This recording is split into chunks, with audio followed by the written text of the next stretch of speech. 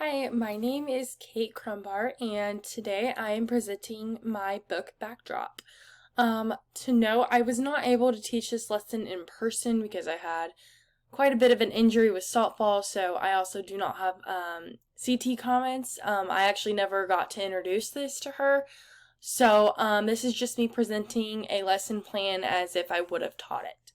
So the book that I chose was Survivor Tree by Marcy Colleen.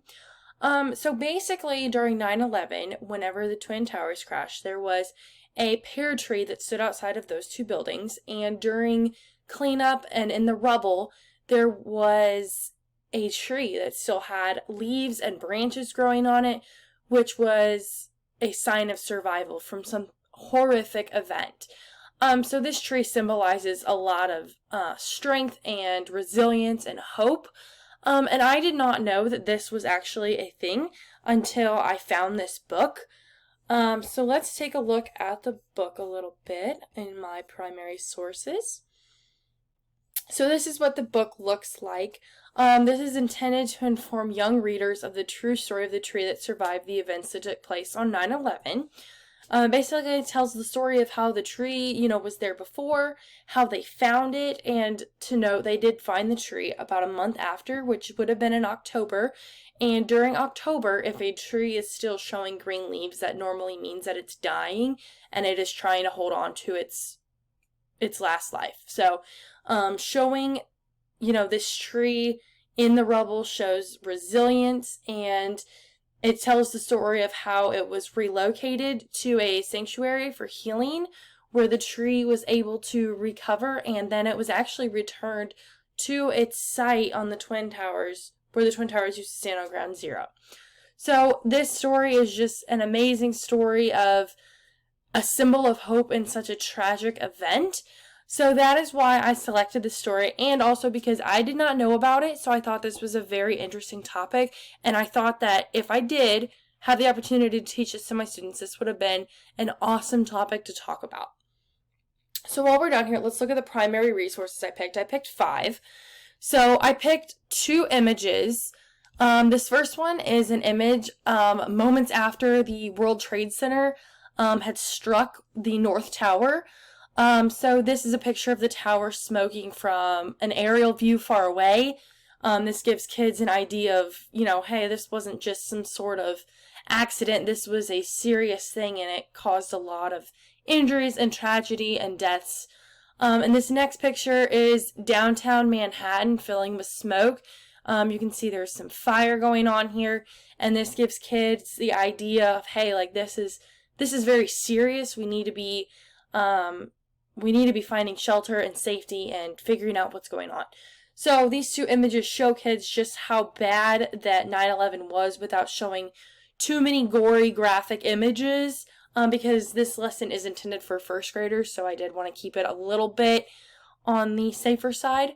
My next source is an article about the survivor tree.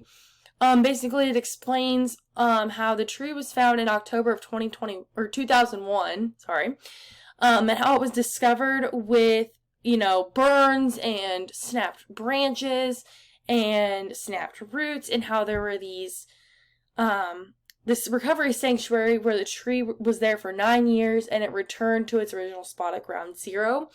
So this is just a brief excerpt for kids to read, and I will note later during my lesson plan that there will be a summary at each one of these. That way the kids understand it, because that is a lot of reading and some big words for them. So that will also be noted later, but the kids will be able to decode it. So this next image is the tree being uprooted and placed back, so you can see, it's been uprooted from this ground, and this is actually a picture of the tree moving back to Manhattan, where it once originally stood. I thought this was a great picture to use because you normally don't see trees being transported, so this gives kids a visual of what it actually looks like and what actually took place when they were moving this tree from the sanctuary back to New York. And then the last picture that I added was a picture from today of the tree standing tall, and it has a little guardrail around it, just to keep it safe and protected. And it shows just the true resilience and the true, the real tree that's actually standing after such horrible events. My students know what 9/11 is. It was talked about in the fall. I did get confirmation on that. So they do know what this is, so I think this would be such a cool tie to add to it. And I think that this would honestly be a great lesson to teach, around September 11th or even into October, because it was discovered in October. So I think this would be an awesome extension lesson for that. But for this purpose, I am doing it now. So next, we'll talk about the VTS that I used and the lesson plan. So let's talk a little bit about the lesson plan. So basically, we're going to start our lesson with a big piece of paper, like those Post-it notes that a lot of people make anchor charts on. And I'm going to give the students an opportunity to ask any questions that they have, like, what is the survivor tree? What does it mean? That sort of thing, before we read the story. So, that comes with a brief introduction of what the survivor tree is, and then allowing them the opportunity to think critically about a question that they would like to ask. After we're done asking questions, the story will be projected onto the board so that students can see the images and the text and follow along. After we read it, we'll split into 5 groups. And we will do a gallery walk where students will go through and see each primary source. During this, they will be doing their VTS. Their VTS is I see, I think, I wonder. So they'll write one thing they see on the primary source, one thing they think about the primary source, and one thing they wonder about the primary source. So they will do 1 VTS per primary source, so a total of 5, which, yes, that could be a lot, and that's actually one of the things that I put in my revisions of this lesson. But I think that it would be good for them to be paying close attention to each one, because all of them tell a significant story and have a lot to do with the history of 9/11. So that is the VTS that they are going to be doing. I think that it will just be good for them because I see, I think, I wonder requires them to think, and it requires them to pay close attention to detail. So once we're done with the gallery walk, the extension activity that I'd like to do for assessment is a writing assessment. And I even said that this could be done during writing time instead of right after the lesson, because that's a lot. That is actually one of the revisions that I put. Having students do a gallery walk, 5 VTSs, and then having them write could be a lot, and it could also be very time consuming.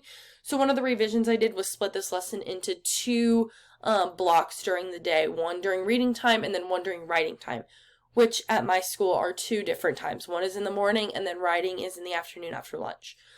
So I said that I wanted students to return to their seats, and I'll give them a writing prompt. And so this writing prompt is, what does the survivor tree mean to you and why? So here students will be able to express what it means to them by writing, and they'll be instructed, hey, you have to write first before you draw your image. So they're going to be using this template that has an image box at the top and then lines for writing at the bottom. So they're going to write first, and they're going to write what they think, what it means. And this requires them to think critically and reflect on what they've learned. And then they get to draw an image that matches their writing. They're able to express, their ideas, what they're seeing in their head, their feelings, their thoughts, all that good stuff. So I've created a rubric. You can view it right here. This is for the assessment. So my assessment will be over their writing, which is why their VTSs are going to help, because the more they have done, the more information they'll know. So that's why gathering of information is here. Obviously, I want them to participate, ask questions, do their VTSs, work well with others in their group. Okay, and then writing and drawing are also going to be 2 separate things of their own, because we're matching 2 standards with these. So I want them to be able to answer both questions, which are, what does the survivor tree mean to you, and why? So those are the 2 questions, and they're going to use details that they have learned to help support their answer, and then their drawing will support their writing and clarify any thoughts or feelings that they have. So this is the lesson that I created. So down here I just have a little bit of reflection. I talked briefly about that, what I would change. I also mentioned that I would not be teaching this lesson in person due to an ACL injury that I am currently recovering from. So that is all that I have for this book backdrop. I had a lot of fun doing this because not only did I get to practice lesson planning, I also got to learn something because I did not know about this. I did not know that the survivor tree was a real tree. I didn't even know that, they found it in rubble. I did know a lot about 9/11 and that I included in the content preparation. The only thing I had to really look up here was the exact times that the 4 planes crashed. So that is my information on 9/11. That's the content preparation that would need to be taught beforehand. And then this is all information about the calorie pear tree, the survivor tree, that I have explained already. So I really enjoyed doing this lesson. I feel like I have aligned it perfectly with the compelling question, which is, how is a survival tree a symbol of strength? Which is what we're answering. I've answered that. And my kids are going to be answering it in their writing. What does it mean to you? And I just think that these objectives that I've created align with the standards, and I think the standards align with the lesson that I have prepared. So this was really good experience for me to be able to do, especially not having known about this topic. I've noticed that in teaching a lot of times, you may not be 100% sure exactly what you're teaching about, and doing research before you teach is one way that you can really help boost your lesson. And I learned that, doing this research really taught me a lot, and I think that it made my lesson plan that much better. So this is my book backdrop, and I thank you for your time.